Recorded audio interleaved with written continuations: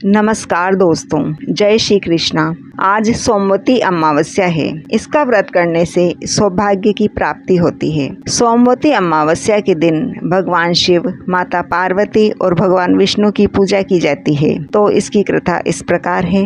एक नगर में एक साहूकार अपने खुशहाल परिवार के साथ रहते थे। उनके 7 पुत्र व 1 पुत्री थी। उनके सभी बच्चे बहुत संस्कारी थे। उनके घर पर रोज एक साधु महाराज भिक्षा मांगने आया करते थे। जब भी सेठानी या बहुएं भिक्षा देती, साधु महाराज उन्हें सदा सौभाग्यवती रहने का आशीर्वाद देते। और जब भी साहूकार की बेटी भिक्षा देने आती तो चुपचाप भिक्षा लेकर चले जाते और कहते कि तुम्हारा तो वैधव्य लिखा है। साहूकार की लड़की ने यह बात रोते हुए अपनी माँ को बताई तो माँ ने साधु महाराज को एक दिन टोक दिया कि आप मेरी पुत्री को सौभाग्यवती रहने का आशीर्वाद क्यों नहीं देते। तो साधु महाराज ने बताया कि पुत्री की कुंडली में विवाह होते ही विधवा होने का योग है। इस दोष को दूर करने के लिए उसे सिंहलद्वीप जाना होगा, जहाँ सोना धोबिन नाम की एक पतिव्रता स्त्री रहती है। यदि वह अपने सोमवती अमावस्या के व्रत का पुण्य तुम्हारी पुत्री को देती है तो इसका वैधव्य टल सकता है। साधु की बात मानकर साहूकार की बेटी अपने सबसे छोटे भाई के साथ सिंहलद्वीप के लिए निकल पड़ी। रास्ते में एक बड़ा समुद्र आया जिसे पार करना मुश्किल था। दोनों भाई बहन एक पीपल के पेड़ के नीचे बैठ गए। उस पेड़ पर एक गिद्ध का घोंसला था। जब गिद्ध के बच्चों पर एक सांप हमला करने लगा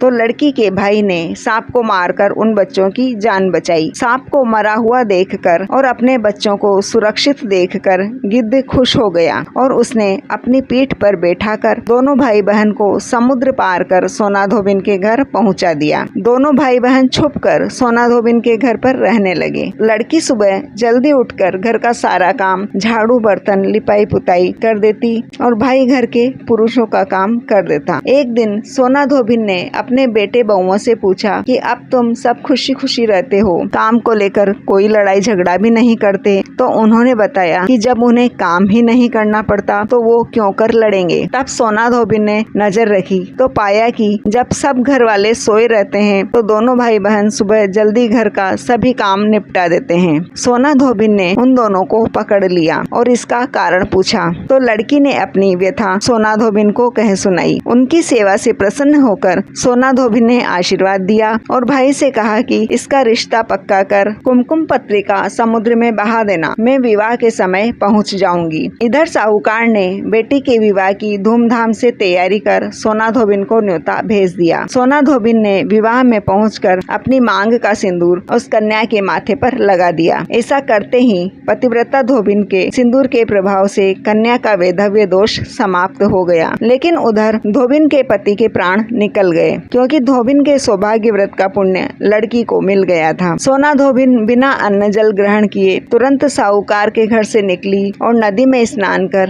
रास्ते में पड़ने वाले एक पीपल के पेड़ के पास पहुंची।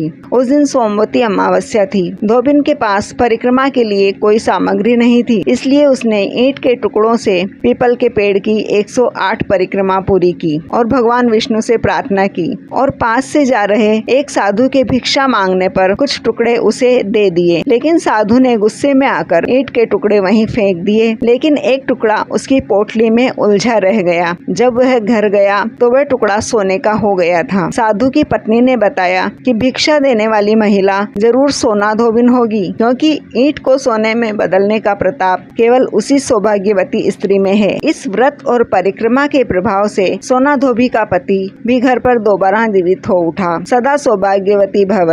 दोस्तों, अगर आपको ऐसी ही और व्रत की कहानियाँ जाननी है तो प्लीज चैनल को सब्सक्राइब कीजिए। धन्यवाद।